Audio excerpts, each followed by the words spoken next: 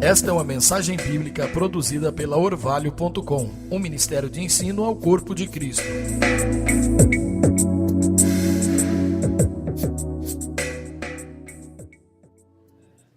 Primeiro livro de Reis, capítulo 3. Há muitos anos atrás, tantos que eu não sei dizer quantos, mas eu diria pelo menos uns 20 anos atrás, eu ouvi uma pregação do meu pai. Ele me mandou um cassete, era na época da fita cassete, e já me chamou a atenção o tema da mensagem que ele pregou, mas eu fiquei muito impressionado com a aplicação que ele fez. Eu não sei se foi o evento recente do Dia dos Pais, se foi o fato de eu estar falando aqui sobre legado, se foi algumas conversas que eu tive com meu filho, encorajando ele a perpetuar aquilo que tem recebido. E eu refletindo, cheguei a uma conclusão que às vezes eu tenho transmitido pouco aquilo que eu recebi do meu pai. Os valores, sim, a forma, né, de me conduzir, mas nós éramos parte de uma escola onde a gente entendia, cada um prepara e prega só a sua mensagem, nada mais além disso. E eu tomei a decisão de resgatar algumas coisas boas que eu vi papai falar. E hoje, já há muito tempo isso está no meu coração, eu quero tomar emprestado o texto, a ideia central e o tema à disposição daquela mensagem, porque o resto eu já não me lembro. Nós vamos tentar recuperar um jeito de ter acesso a esses cassetes, provavelmente digitalizar essas mensagens que meu pai pregava, para que mais gente possa ter acesso, e depois até quero ver o que é que eu não me lembro, o que é que eu perdi disso. Mas eu quero compartilhar essa palavra e quero começar dando, né, o devido crédito de que, de fato, isso foi algo que eu aprendi com meu pai e que me abençoou e me impactou muito. Então abra sua Bíblia, por favor, no primeiro livro de Reis, no capítulo 3. 1 Reis, capítulo 3, nós vamos ler a partir do versículo 16.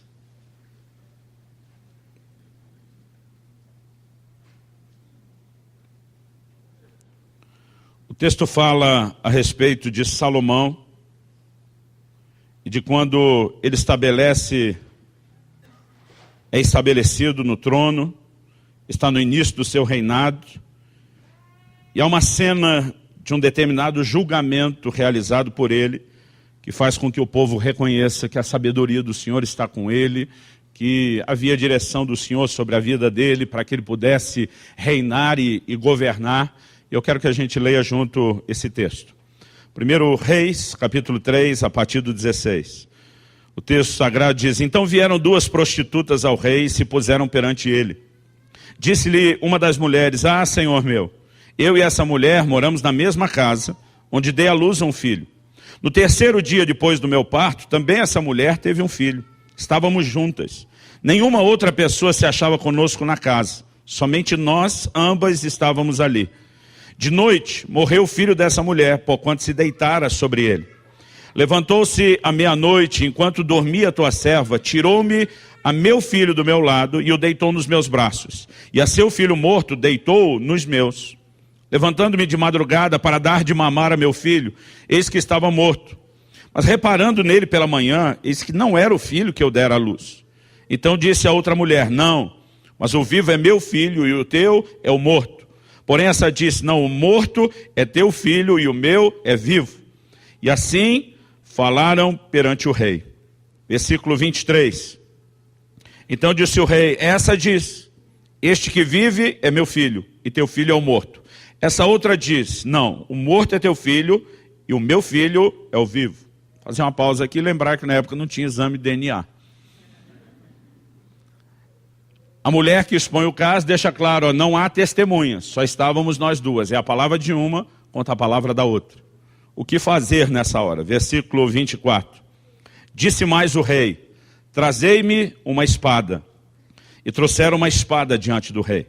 Disse o rei: Dividi em duas partes o menino vivo, e dai metade a uma e metade a outra. Então a mulher cujo filho era o vivo falou ao rei: porque o amor materno se aguçou por seu filho, e disse: ah, Senhor meu, dai-lhe o menino vivo, e por modo nenhum o mateis. Porém a outra dizia: nem meu nem teu, seja dividido. Então respondeu o rei: dai a primeira o menino vivo, não mateis, porque esta é a sua mãe. Todo o Israel ouviu a sentença que o rei havia proferido, e todos tiveram profundo respeito ao rei, porque viram que havia nele a sabedoria de Deus para fazer justiça. Amém. Pai, pedimos graça, favor do Senhor, para compreender a Tua palavra, para sermos trabalhados pelo Teu Espírito, para que possamos corresponder com o Senhor e com Teu investimento ministrando ao nosso coração nessa manhã.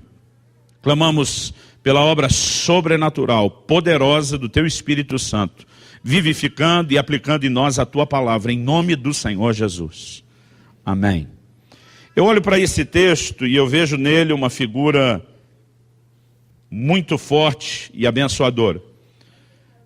E quero dizer a mesma coisa que falei na introdução da mensagem semana passada. Se esse texto não servir sozinho para formar a doutrina, e nós não vamos contar com ele só para isso, no mínimo, eu acredito que é uma boa ilustração, uma boa ferramenta didática para que você lembre a essência daquilo que nós queremos compartilhar aqui. Em Romanos 15:4, a Bíblia diz: tudo quanto foi escrito, para nosso ensino, foi escrito. Em 1 Coríntios 11, a Bíblia diz que essas coisas que aconteciam em Israel foram escritas, não apenas para perpetuar a história deles, mas a Bíblia diz para advertência nossa de quem são chegados os fins dos tempos. Eu gosto de declarar que o Velho Testamento ilustra o Novo, enquanto o Novo, por sua vez, explica o Velho. Essas alegorias, essas figuras. Quando eu olho para Salomão nesse momento e nesse texto, eu vejo nele uma figura de Cristo. Não apenas olhando para Salomão como a perspectiva do filho de Davi. Deus havia feito promessas claras que seria o filho descendente de Davi que se sentaria no trono para reinar não só sobre Israel, mas perpetuamente sobre as nações. Mas tanto a figura dele como filho de Davi, como a figura dele como rei, a figura dele como juiz, todas remetem à pessoa do Senhor Jesus. A segunda coisa interessante que aparece aqui é que o rei, na hora de exercer juízo, ele pede que tragam uma espada, cortante o suficiente, a ponto de, se fosse o caso, dividir aquela criança no meio. E eu acredito que isso é uma figura da palavra de Deus. Em Apocalipse, no capítulo 2, no versículo 12, Jesus diz ao anjo da igreja de Pérgamo: escreve, essas coisas diz aquele que tem a espada afiada de 2 gumes. Em Apocalipse 19:15, a Bíblia se refere ao Senhor Jesus dizendo: sai da sua boca uma espada afiada, para com ela ferir as nações. A Bíblia sempre se refere ao rei como tendo, ao rei Jesus, como tendo uma espada. E a espada é apresentada lá em Efésios 6, por exemplo, na armadura de Deus, como sendo a palavra de Deus. E eu quero que você possa ler mais um texto comigo agora. Hebreus capítulo 4, versículo 12. Que dá uma característica específica a respeito da palavra de Deus. Hebreus, capítulo 4, verso 12, diz assim: porque a palavra de Deus é viva e eficaz, e mais cortante do que qualquer espada de 2 gumes, e penetra até o ponto de dividir alma e espírito, juntas e medulas, e é apta para discernir os pensamentos e propósitos do coração. Você pode repetir essa última frase comigo? Diga: e é apta para discernir os pensamentos e propósitos do coração. O tema da minha mensagem, copiando isso do meu pai, hoje é a espada cortante do rei. Assim como Salomão, quando manda trazer a espada e faz aquela declaração, ele traz à tona o que está no coração daquelas 2 mulheres, quem é ou quem não é a mãe. A palavra de Deus fala de Jesus, prefigurado aqui na figura de Salomão, como o rei que julga, que governa sobre nós, que tem também uma espada afiada. E o livro de Hebreus diz que o propósito dessa espada, obviamente, é produzir resultado das nossas vidas. A Bíblia diz que a palavra de Deus ela é viva, e eu gosto muito dessa declaração, ela é eficaz. Você pode dizer para alguém perto de você, fala: a palavra de Deus é eficaz. O texto se refere a ela com a mesma figura de uma espada, no entanto diz que ela ainda é mais cortante e penetrante do que qualquer outra espada natural ou literal. E a Bíblia diz que ela penetra ao ponto não só de separar juntas e medulas, alma e espírito, mas a Bíblia diz que ela é apta para discernir os intentos do coração. Eu quero te dizer que da mesma forma que o rei Salomão, ao mandar trazer sua espada, traz à tona o que está no coração daquelas mulheres, o Senhor, por meio da sua palavra, tem o poder de revelar e trazer à tona aquilo que está nos nossos corações. Eu gosto de falar a respeito de todo tipo de coisa que a Bíblia ensina. Mas se existe um momento onde eu tenho uma empolgação extra, é quando eu tenho a oportunidade de falar do que a Bíblia fala sobre ela mesma. Do que a palavra de Deus diz a respeito da palavra de Deus. O Salmo 138 diz que Deus exaltou acima de todas as coisas o seu nome e a sua palavra. Então, se você parar para pensar por um instante, todo o resto Deus colocou abaixo disso. E acima de todas as coisas, Ele exaltou o seu nome e a sua palavra. Eu amo a palavra de Deus. Eu amo olhar para as Escrituras e tentar entender o que deveria ser o meu e o seu relacionamento com a palavra de Deus. Eu amo olhar para o reconhecimento que ela faz de si mesmo, de ser eficaz. E a verdade, querido, é que nós precisamos aprender a nos relacionar melhor com a palavra de Deus. Nós precisamos mensurar um pouco mais o que a palavra de Deus pode fazer por cada um de nós. Em primeiro lugar, nenhum de nós teria nascido de novo se não fosse pela palavra de Deus. A Bíblia diz que nós fomos regenerados pela semente da palavra de Deus. Ela que nos conduz ao novo nascimento. Ela é quem produz a minha e a sua, aquela nossa primeira resposta de fé. Até porque Romanos 10:17 diz que a fé vem por ouvir e ouvir a palavra de Cristo. Ela tem o poder de trabalhar profundamente a nossa vida. Somente por meio da palavra de Deus, eu e você vamos viver mudanças verdadeiras e transformação. No entanto, antes mesmo de chegar à restauração ou à cura que ela pode produzir, nós precisamos entender que ela tem o poder de trazer um diagnóstico do que precisa ser mudado. Ela tem o poder de trazer à tona aquilo que está no nosso próprio coração. E eu quero trazer a você uma perspectiva de que eu e você precisamos gastar tempo com a palavra de Deus. Não apenas estudando e procurando crescer na informação. Embora isso também seja importante, mas nós precisamos ir além disso. Outro dia eu vi um comentário infeliz de um crente que diz, depois de anos lendo bastante a Bíblia, hoje já não sinto necessidade de ler tanto, que eu já conheço bem. Como se a nossa única necessidade de relacionamento com a palavra de Deus fosse ter o conhecimento.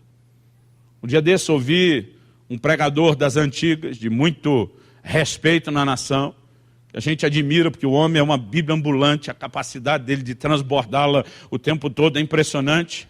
Mas ele diz, meu pai me inspirou muito a ler a palavra de Deus. Ele diz, porque só do que papai contou, ele leu durante a sua vida mais de 260 vezes a Bíblia toda, de capa a capa. Eu fiquei pensando quantas vezes ele tinha que ler por ano, quantas vezes tinha que ler por mês, para que essa conta fosse possível.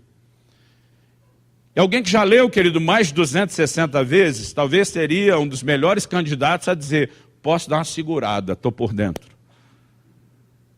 Mas alguém afirmou que a palavra de Deus, eu acredito foi Moody, alguém afirmou que a palavra de Deus é aquele tipo de coisa que quanto mais você lê, mais você quer ler. Mas quanto menos você lê, menos você se interessa por isso. Porque o atrativo que ela exerce no nosso coração, querido, não é apenas informação. É o que de fato ela pode desencadear na nossa própria vida. E eu quero apresentar a você essa visão específica do relacionamento que eu e você precisamos ter com a palavra de Deus. Como algo que tem o poder de trazer à tona aquilo que está no nosso próprio coração. Em Mateus, no capítulo 7, dos versículos 3 a 5, Jesus nos mostra que eu e você temos uma dificuldade não de enxergar erros. Nós temos uma dificuldade de enxergar os nossos erros. Porque os erros dos outros, a gente é muito bom. Então a gente pode dizer que o problema não é nem a visão e nem tampouco a dificuldade de enxergar erro. Porque os erros dos outros a gente consegue enxergar bem. Jesus disse que a gente consegue ver o argueiro, o cisco no olho do irmão, à distância. A gente só não consegue enxergar a trave no nosso próprio olho. Ou seja, quando o assunto é enxergar as nossas limitações, quando o assunto é enxergar as nossas falhas, nós temos uma dificuldade enorme. É bem mais fácil enxergar a mesma coisa na vida de alguém do que na nossa própria. O profeta Natan, quando vai confrontar Davi pelo seu pecado, eu não sei se ele faz isso consciente ou inconsciente, mas ele usa de uma psicologia fantástica, que eu gosto de dizer aos pastores, líderes de célula, discipuladores, quando vamos ter um momento de confronto, a gente poderia usar dessa psicologia, dessa sabedoria. Natan chega para Davi, em vez dele apontar o erro de Davi, ele conta a história como se falasse numa terceira pessoa. E quando ele descreve, numa analogia, o que essa terceira pessoa fez, que é exatamente a mesma coisa que Davi fez, a Bíblia diz que Davi se enfureceu. A Bíblia diz que Davi sentenciou o homem à morte, porque Davi fica indignado com o erro do camarada. E eu fico imaginando todas as possibilidades na minha cabeça de como teria sido o tom de voz, a cara que Natan fez e até a reação de Davi quando Natan diz, pois é, o homem é você. Eu contei a história falando de uma terceira pessoa, porque seria bem mais fácil você ver o erro do outro do que o seu. Agora que você enxergou, eu quero te mostrar, esse é o seu erro. Nós temos uma dificuldade em relação a isso. A palavra de Deus diz lá no livro de Romanos, no capítulo 2, a respeito de gente que acaba condenando as pessoas que fazem as mesmas coisas que eles. Romanos 2, a partir de 1 diz, portanto és indesculpável, homem, quando julgas quem quer que sejas, porque no que julgas a outro, a ti mesmo te condenas, pois praticas as próprias coisas que condenas.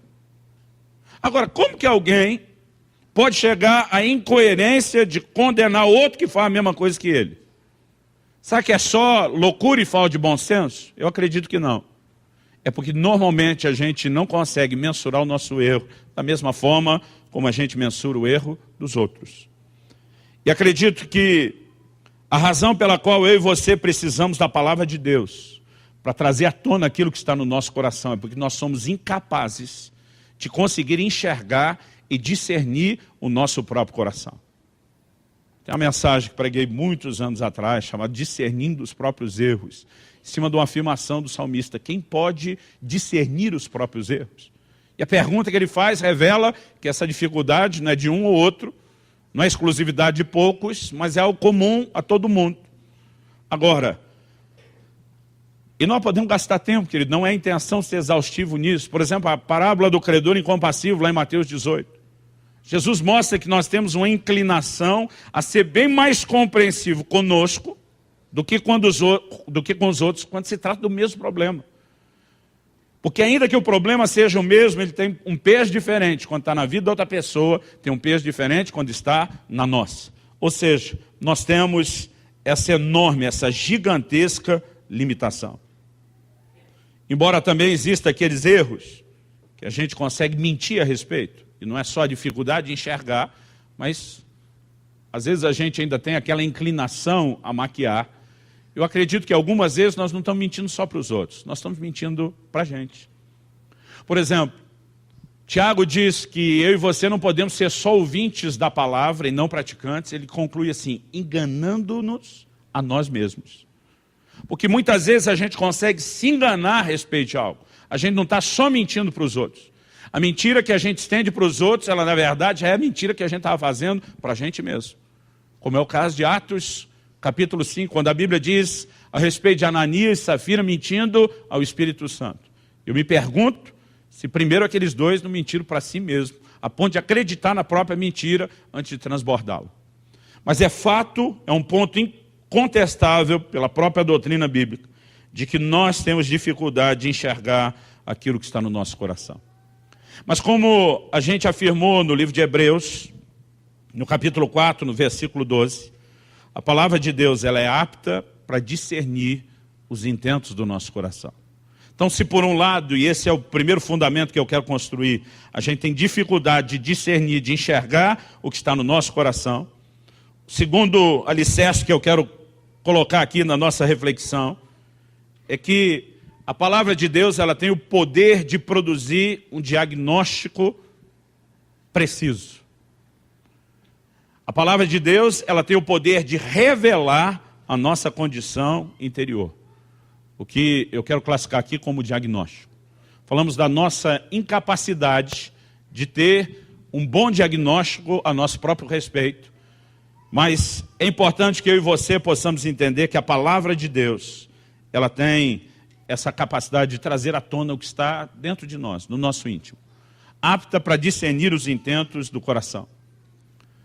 E para que a gente fale com um pouquinho mais de propriedade sobre o que é discernir os intentos do coração, eu queria que você pudesse lembrar a importância que o coração tem na relação com Deus. Quando a gente fala do coração, obviamente sabemos que a Bíblia não está falando do órgão que bombeia o sangue, ela está falando do íntimo, do interior do homem. Em Provérbios 4, 23, a Bíblia diz: sobre tudo o que se deve guardar, guarda o teu coração. A Bíblia diz: porque dele procedem as fontes da vida.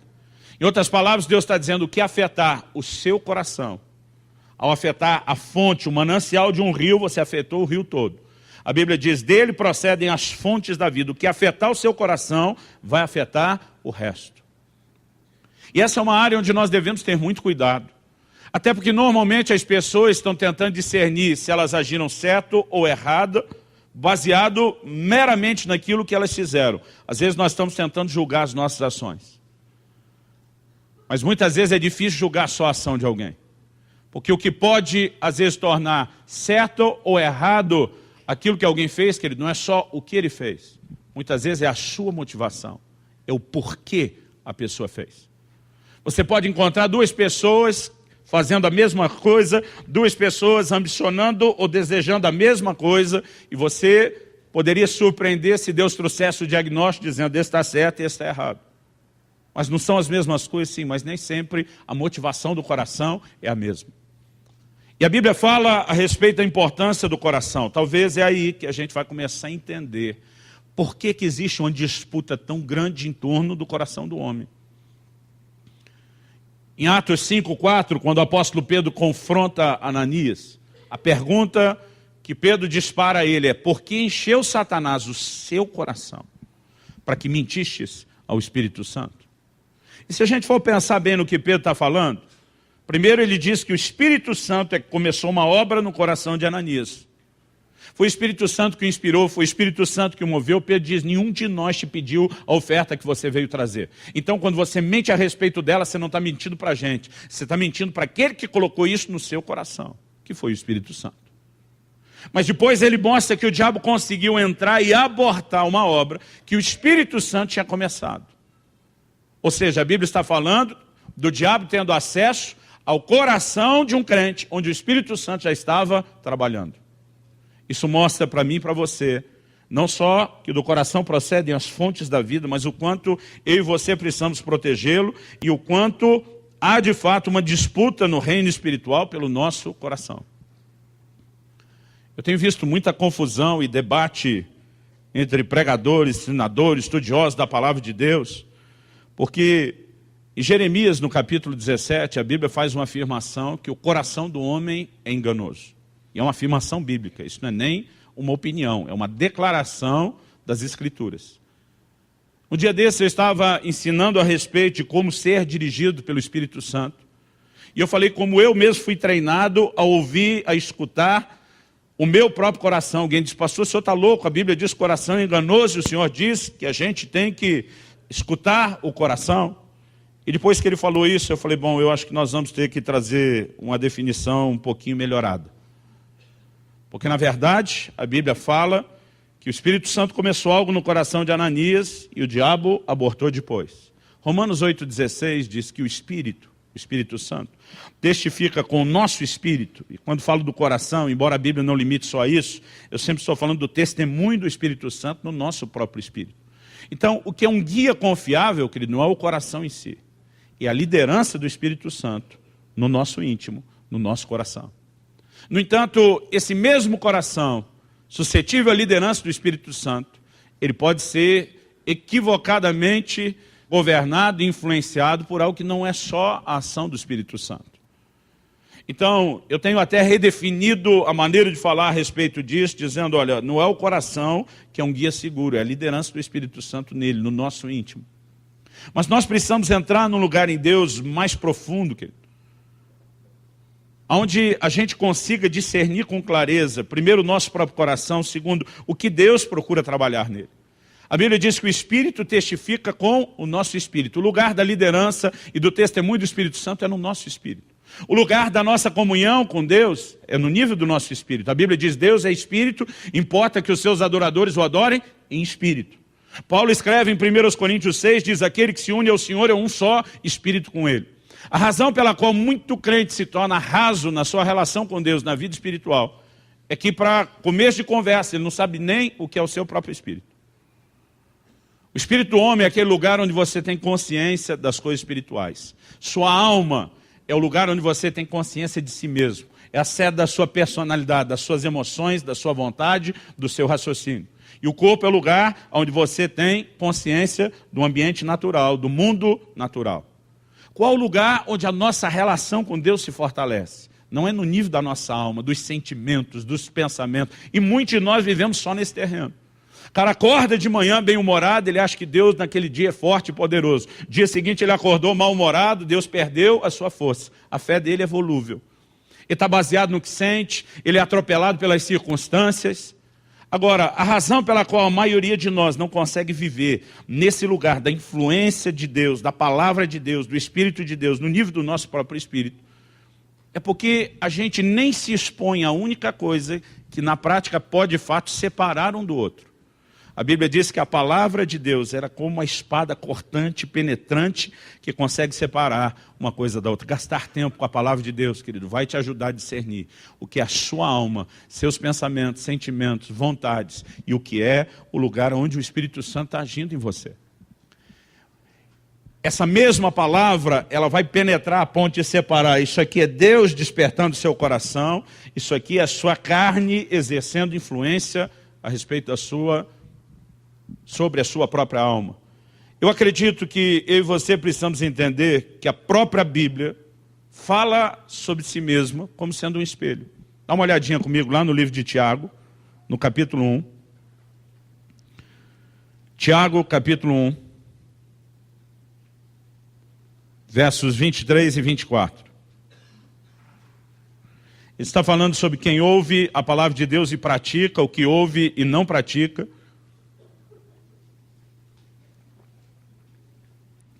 Ele diz assim, porque se alguém é ouvinte da palavra e não praticante, assemelha-se ao homem que contempla num espelho o seu rosto natural. Pois assim mesmo se contempla, se retira e para logo se esquece de como era a sua aparência. Esse exemplo, querido, era muito mais forte naqueles dias do que nos nossos. Espelho hoje é um artefato barato, fácil, acessível, todo mundo tem. E o de hoje é muito melhor que o daquela época. Eles não tinham o espelho de vidro, como eu e você temos, com um reflexo que beira o que nós poderíamos chamar de perfeito. Muitas vezes a maneira da pessoa contemplar a si mesma, ver quem era. Obviamente, a grande maioria dos que não tinham muita posse tinha que se contentar em olhar o seu reflexo na água. Alguns que tinham um pouquinho mais conseguiam ter um espelho de bronze batido e polido. E que estava longe de refletir com perfeição, mas o que na época, tirando a questão da água, é o que de melhor alguém poderia ter. Então Deus compara o homem que ouve a palavra, mas não pratica, com alguém que se chega diante do espelho, mas depois quando sai esquece de quem era. Ou seja, estar exposto à palavra, ouvindo a palavra, sendo ministrado pela palavra, é apresentado na Bíblia como analogia de alguém que se coloca diante do espelho. O que é que você enxerga no espelho? A si mesmo.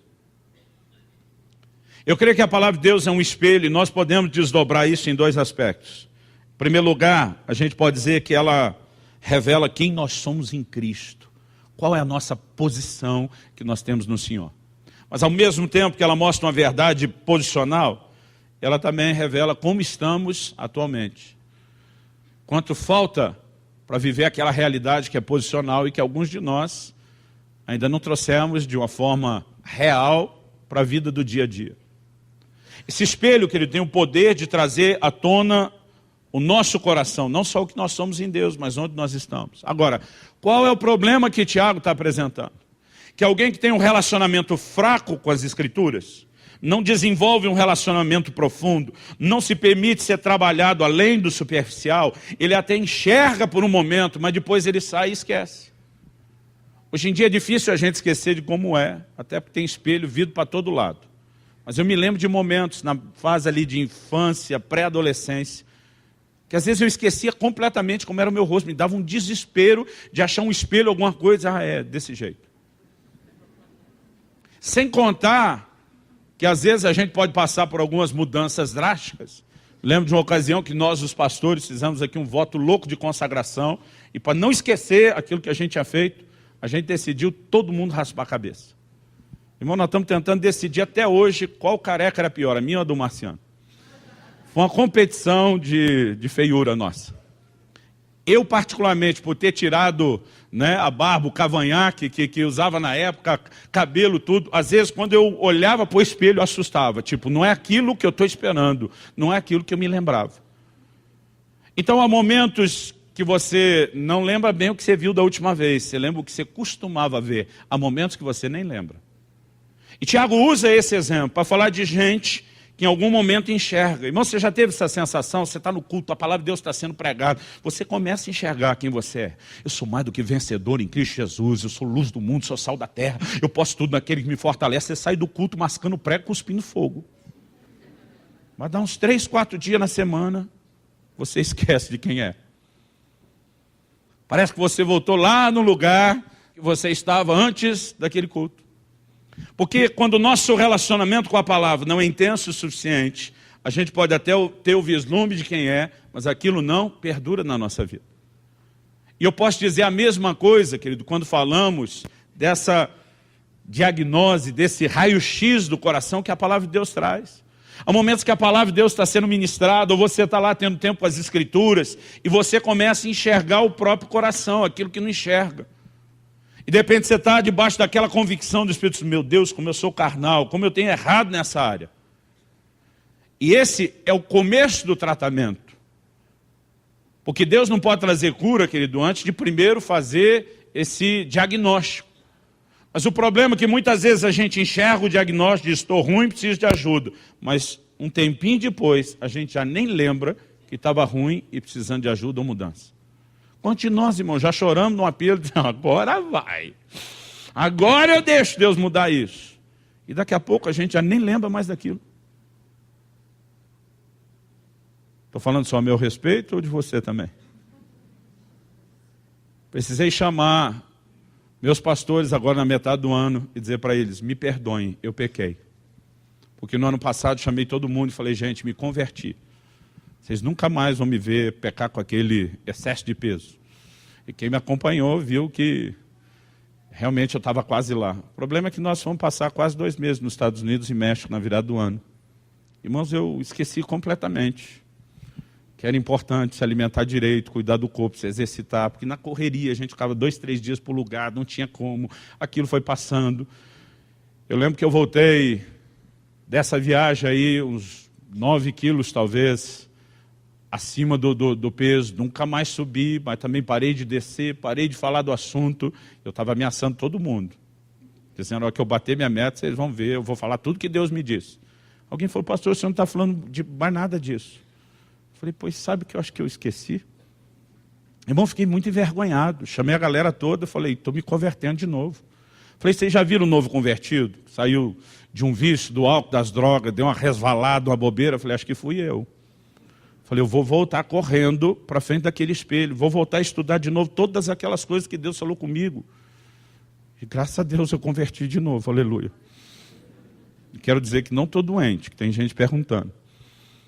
Sabe, querido, é muito fácil em qualquer área, eu e você nos esquecermos daquilo que a gente viu. Nos esquecer daquela verdade que a gente chegou, que tanto mostra o que a gente tem que mudar, que tanto mostra para onde nós vamos. Outro dia alguém falou, não, é que todo mundo é inconstante. Não, querido, é que o nosso relacionamento não é intenso com a palavra o suficiente para que a gente lembre que aquilo que Deus mostrou permaneça. Agora, também não adianta ter só o diagnóstico. Eu acredito que a palavra de Deus não se limita a trazer na minha e na sua vida só um diagnóstico. nós precisamos da cura. Você pode dizer amém? E a palavra de Deus, ela tem o poder de produzir não só o diagnóstico, mas ela também tem o poder de produzir cura. Abra sua Bíblia comigo, no mesmo livro de Tiago, no capítulo 1, nós vamos ler uns versículos antes daquilo que ele fala sobre a palavra como espelho. Tiago, capítulo 1.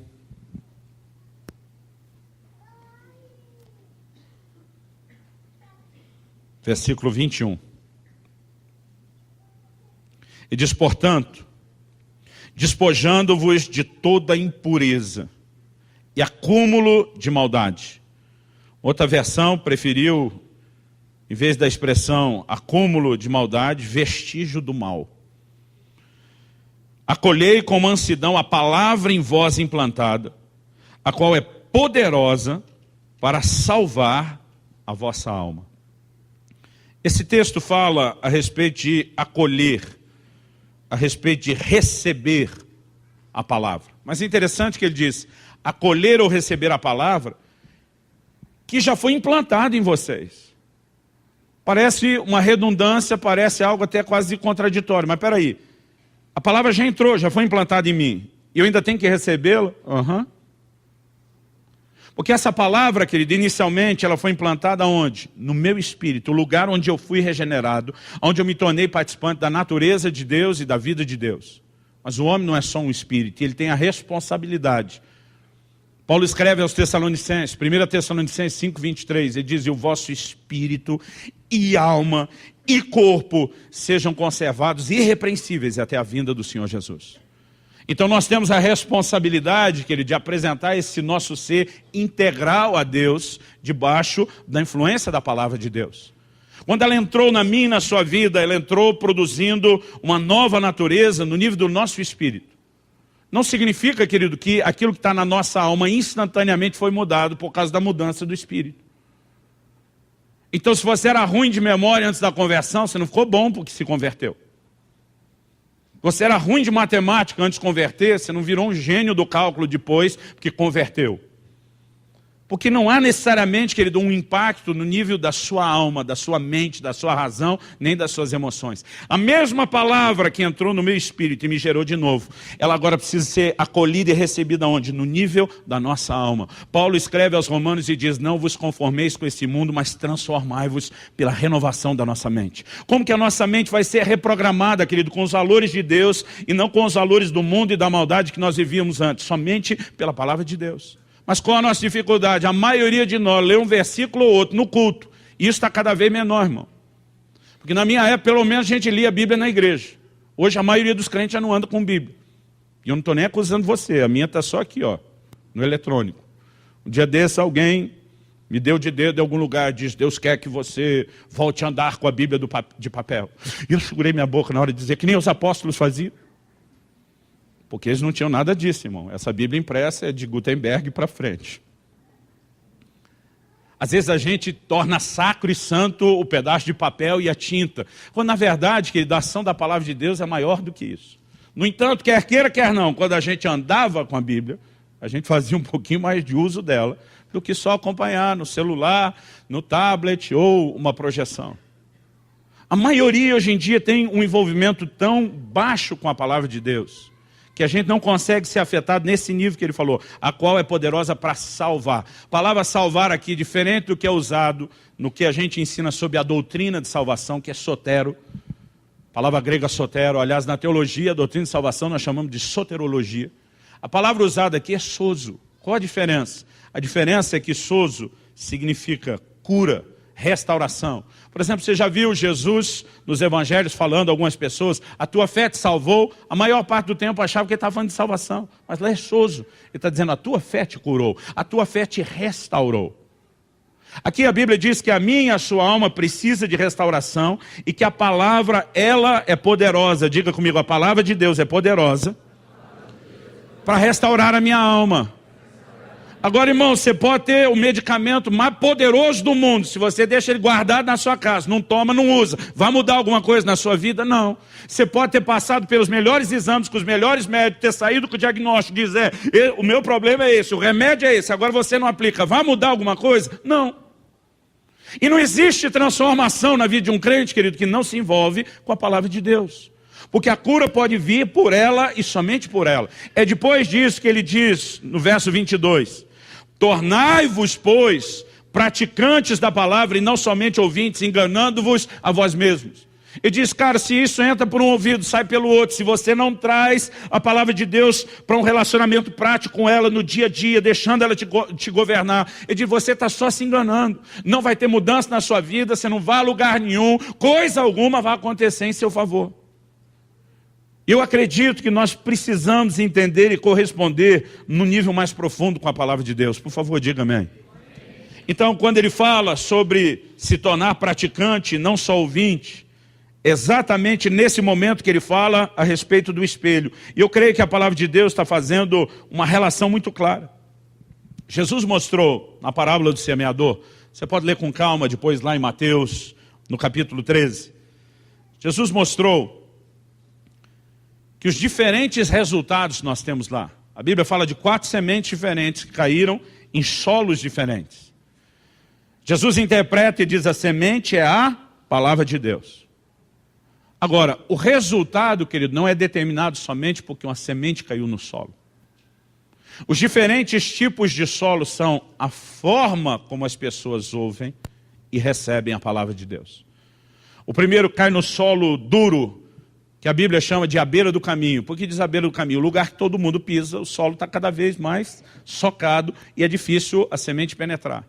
Então a semente não conseguiu entrar. Porque não conseguiu entrar, Jesus diz, as aves do céu vieram, comeram a semente. E ele interpreta a analogia do que acontecia no natural, dizendo, o solo à beira do caminho são os que ouvem e não entendem. A palavra de Deus sequer entra. Então o inimigo vem e rouba a palavra que foi semeada. Agora, ele fala de gente que está melhor do que o primeiro estágio. Ele fala do solo pedregoso e diz, esses são aqueles que ouvem a palavra e recebem com alegria. Mas é uma alegria, uma empolgação e uma abertura inicial e parcial. Jesus diz, mas não são de profundidade. Jesus diz, a alegria dura pouco. Quando sai o sol da perseguição que virá por causa da própria palavra. Irmão, a mesma palavra que entra mudando a sua vida, é a palavra que te prova. A Bíblia diz que a palavra do Senhor provou a José, a mesma palavra profética, eu vou te levantar como rei, que está determinando o destino, o norte, para onde Deus vai levá-lo, é a palavra que vai provando que à medida que ele vai enfrentando as circunstâncias, ele tem que decidir, eu olho para a circunstância ou eu olho para a palavra. E quem olha para a circunstância, irmão, perde o efeito da palavra. Então o texto diz que esses se perderam. A ação da palavra de Deus na vida deles não vingou. Aí Jesus fala de um outro, que ele recebeu a palavra. O problema não era nem a profundidade da raiz. O problema é aquilo que concorria com ela. Os espinhos que a sufocaram. Que Jesus chama de os cuidados do mundo, a sedução das riquezas. Ou seja, o problema do primeiro é nem receber a palavra. Mas tem outros dois aqui que receberam, mas abortaram. Por último, ele fala de alguém onde deu muito fruto. E diz, esses são os que ouvem a palavra e a compreendem. Eles, além de ter a compreensão que o primeiro não tinha, eles não têm a concorrência dos demais. Ainda assim, a Bíblia diz que aqui, a semente dá fruto a 30, 60 e 100 por 1. Ela não está falando que 30 por 1, 60 por 1, 100 por 1 é na mesma terra. Mesmo nas terras boas, querido, o nível de frutificação da palavra depende de cada um de nós. Porque Deus não pode, mesmo pela sua palavra, fazer essa obra na minha e na sua vida sozinho. Então a gente precisa entender que além de procurar entrar no lugar de compreensão, além de não deixar nada concorrer, essa forma como eu me relaciono com a palavra e recebo é que determina se ela vai ser eficaz ou não. Pastor, ela é viva e eficaz? É. Quando a gente deixa ela ser a espada cortante do rei. Quando a gente deixa ela entrar separando juntas e medulas, alma e espírito, discernindo os intentos do coração. E depois de fazer o diagnóstico, a gente entra no terreno da cura. A palavra de Deus é a única coisa, querido, que tem o poder de reprogramar a minha e a sua maneira de pensar. Na hora de dar uma desperto, se a sua mente está saturada com a palavra de Deus, na hora de dar uma desperto nos negócios, os valores de honestidade vão ter entrado tão forte na sua mente, na sua razão, permeado seus sentimentos, que você simplesmente diz, eu não posso pisar nesse terreno.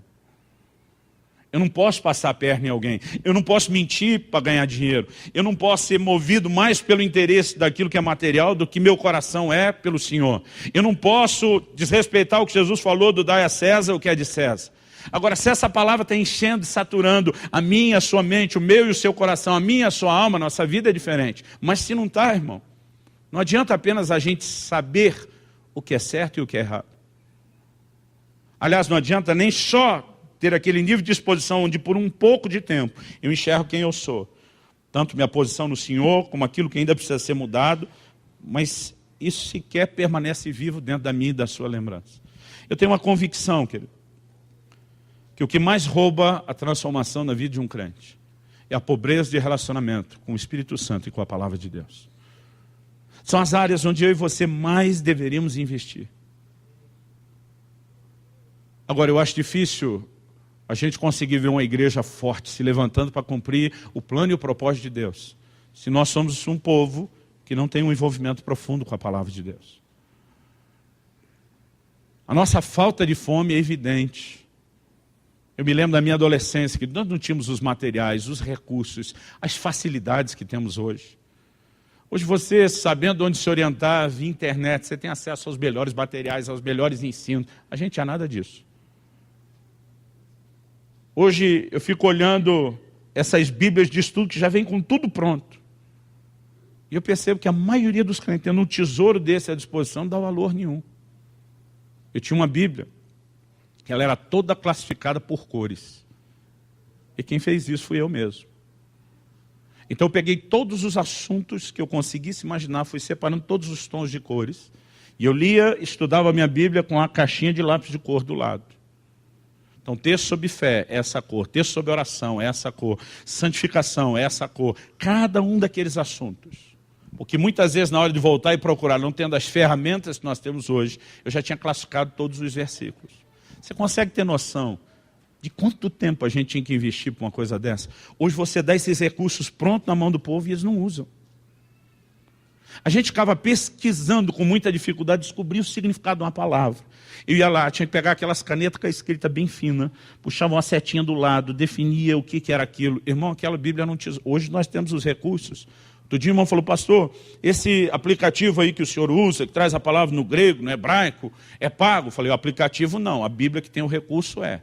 Quanto? Eu falei, $29. Ele falou, com o dólar esse preço? Não dá não.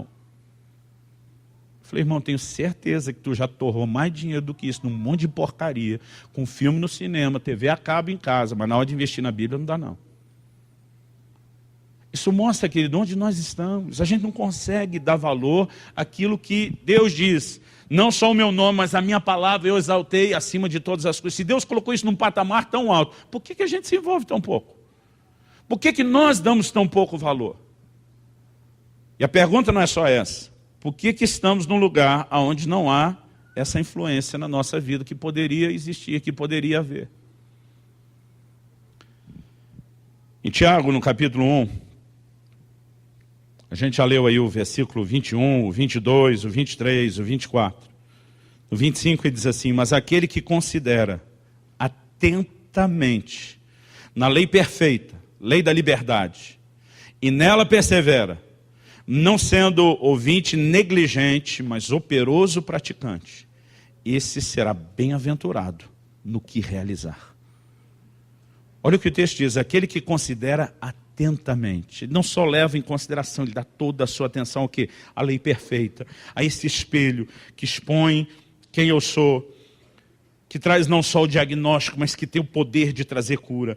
Esse que considera atentamente, a Bíblia diz, será bem-aventurado em tudo o que realizar.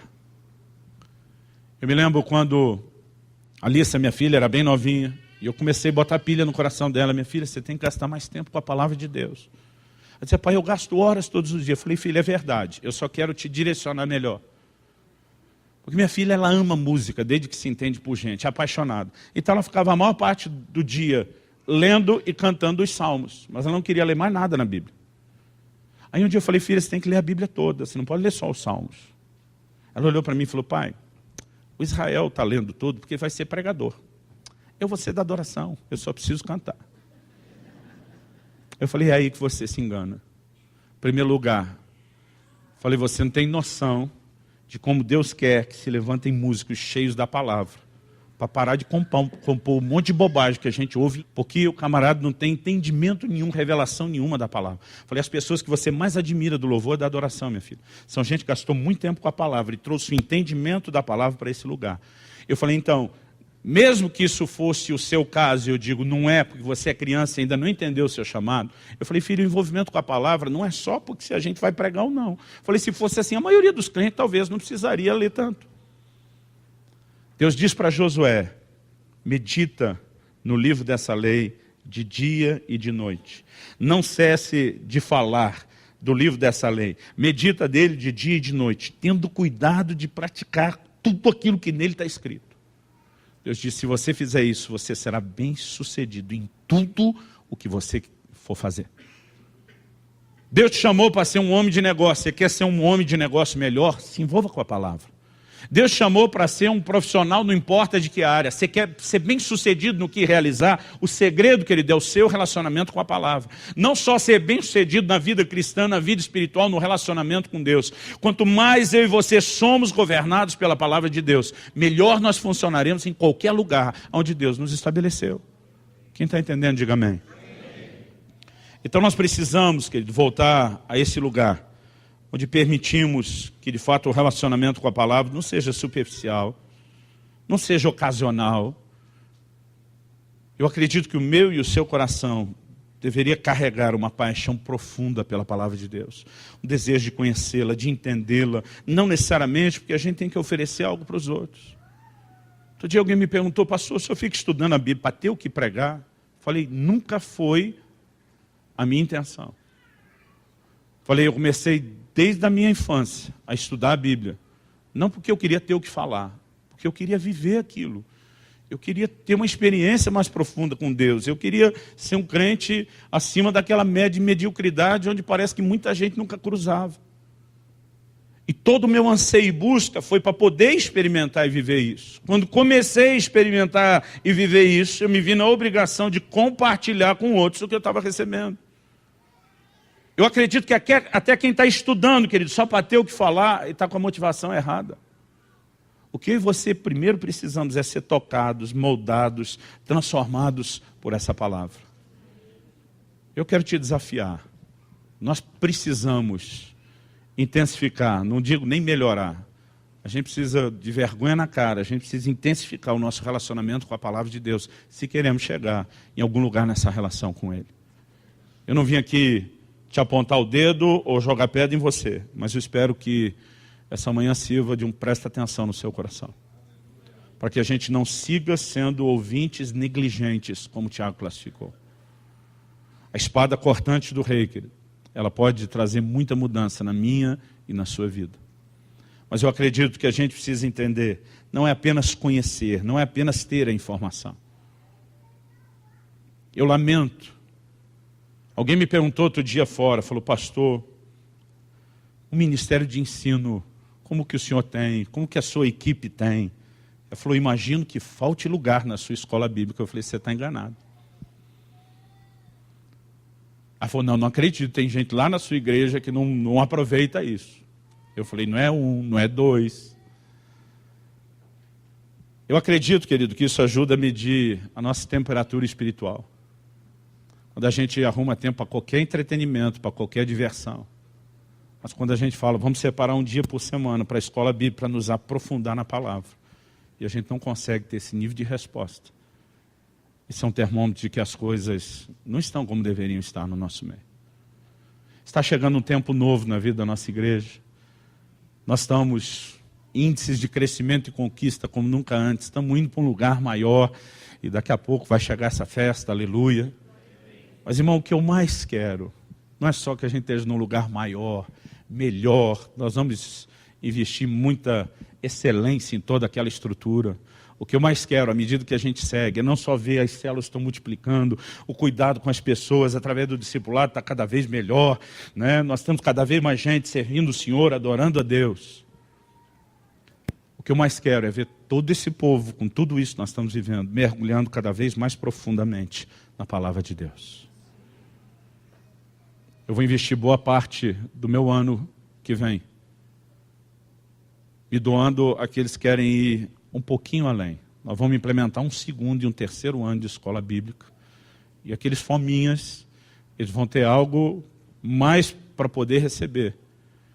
E eu quero poder olhar para trás e dizer, a gente não deu apenas parte do que a gente podia. Mas sabe, querido, não adianta também a gente achar que um dia de aula resolve. Até porque essa aula, assim como a exposição do culto, pode significar nada se a gente é um ouvinte negligente. Então o que a gente precisa não é de mais ensino, não é de mais pregação. O que a gente precisa é da atitude correta, de como receber a palavra e deixá-la trabalhar na nossa vida. Você recebe essa palavra hoje? Você promete que vai pensar um pouquinho mais além do que você gastou fosfato agora? Vamos ficar em pé. Vamos orar. Eu quero que você se questione essa manhã. A espada cortante do Rei Jesus tem exposto o meu coração. Se você está no time, querido, que faz muito tempo que não enxerga nada, que ainda precisa mudar na sua vida, provavelmente você não tem tido as audiências com o rei, não tem sido exposto à espada cortante do rei. Outra pergunta: se você tem permitido que a espada cortante do Rei Jesus exponha seu coração, a próxima pergunta é, que cada um de nós deveria fazer: tenho permitido ser moldado, mudado pela palavra?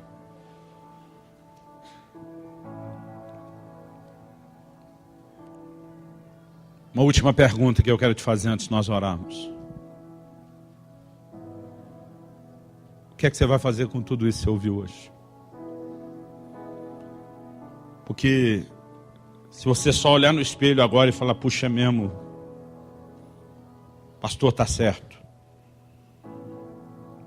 mas não criar um relacionamento, não tomar uma decisão de dizer, eu vou me envolver com a palavra de Deus, nada vai mudar.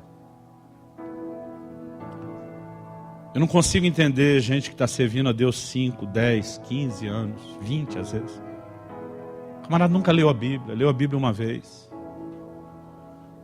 Uma Bíblia tem 1189 capítulos. Arredondar para 1200 para facilitar a conta.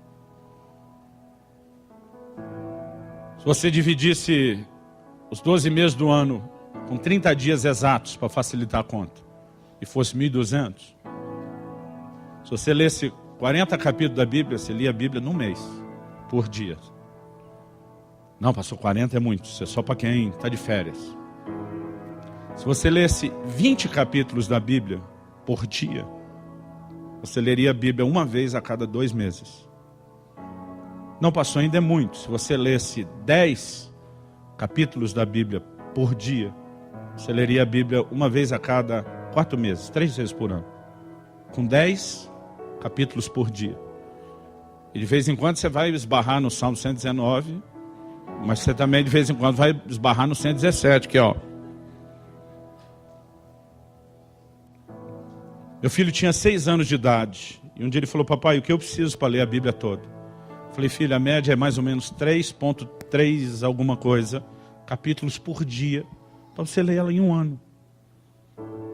Então eu falei, para não ficar no 3,5, papai vai te sugerir o seguinte, você lê 3 capítulos no dia ímpar e 4 capítulos no dia par.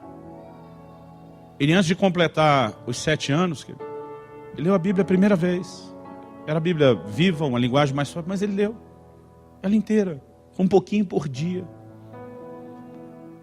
Meu esposo contou uma história dessas que dão naquelas aulas de regime. Eu acho que isso aconteceu em alguma coisa do Vigilantes do Peso. Uma pessoa chegou, deu uma revista grossa para o pessoal que estava lá e falou, eu quero ver quem consegue rasgar isso. Todo mundo tentou, ninguém conseguiu. No fim, uma pessoa, que eu não sei se teve um insight ou se já estava combinado para fazer a dinâmica valer, disse, daqui que eu consigo.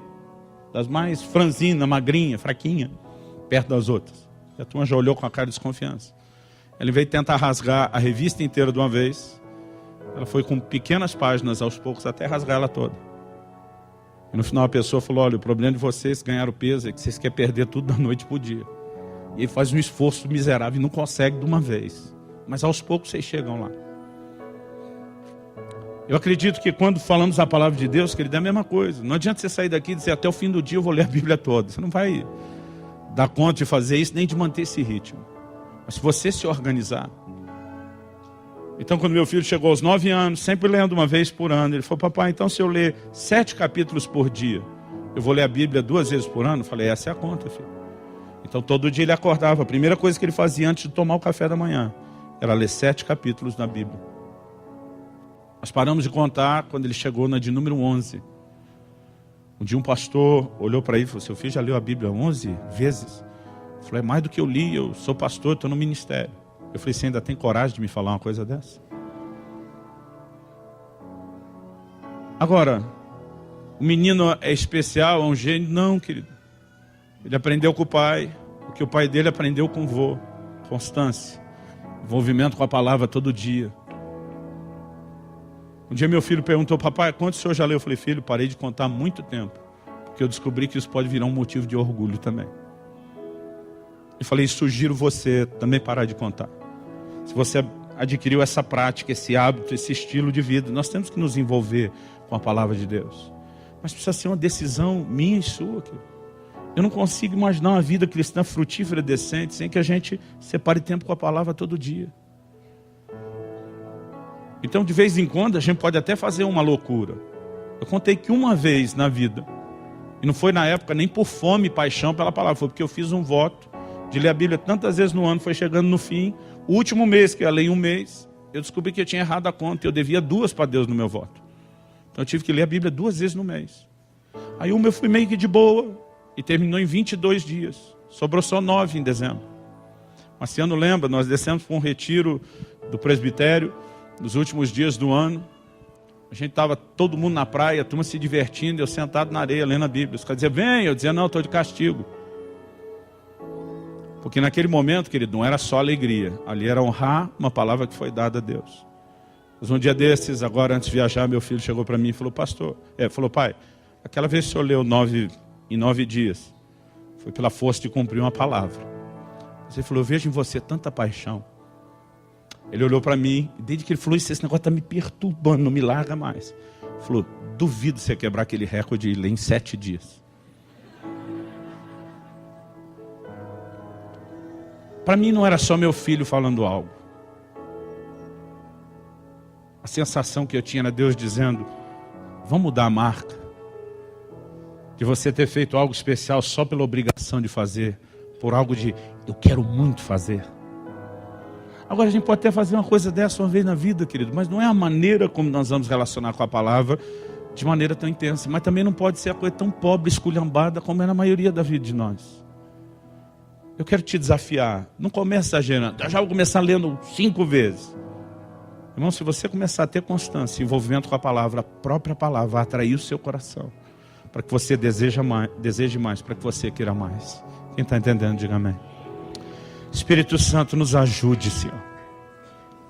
Eu sei que nesse momento o nosso coração se aquece, o Senhor encontra a resposta em nós, mas o clamor do nosso coração é que a gente não se esqueça daquilo que vimos no espelho depois de deixarmos de estar na frente dele. Nós clamamos, ó Deus, que nessa noite, nessa manhã, o Teu Espírito faça algo único, singular nos nossos corações. O Senhor profetizou através de Amós, o Senhor declarou, eis que vem dias, diz o Senhor, em que enviarei fome sobre a terra. Não fome de pão, nem sede de água, mas de ouvir as palavras do Senhor. E nós oramos, Espírito Santo, que fome pela Tua palavra possa brotar no íntimo de cada um de nós, possa ser soprada pelo Teu Espírito, possa ser enviada pelo Senhor aos nossos corações. Nós oramos, ó Deus, que tudo aquilo que nos tem mantido distantes, apáticos, frios, indiferentes à Tua palavra, caia por terra, e o Teu chamado, o Teu convite, o apelo do Teu Espírito aos nossos corações possa ganhar cada vez mais força no nosso íntimo, em nome de Jesus. Nós queremos ser um povo apaixonado pela Tua palavra, não porque temos paixão por informação, mas porque temos paixão por te conhecer, por sermos transformados na sua imagem e semelhança, por sermos trabalhados pelo Senhor. Estende a tua mão sobre nós, toca-nos, manifesta em nós a tua graça. Nós clamamos em nome do Senhor Jesus, em nome de Jesus e para a glória de Deus. Se você crê e concorda, diga amém.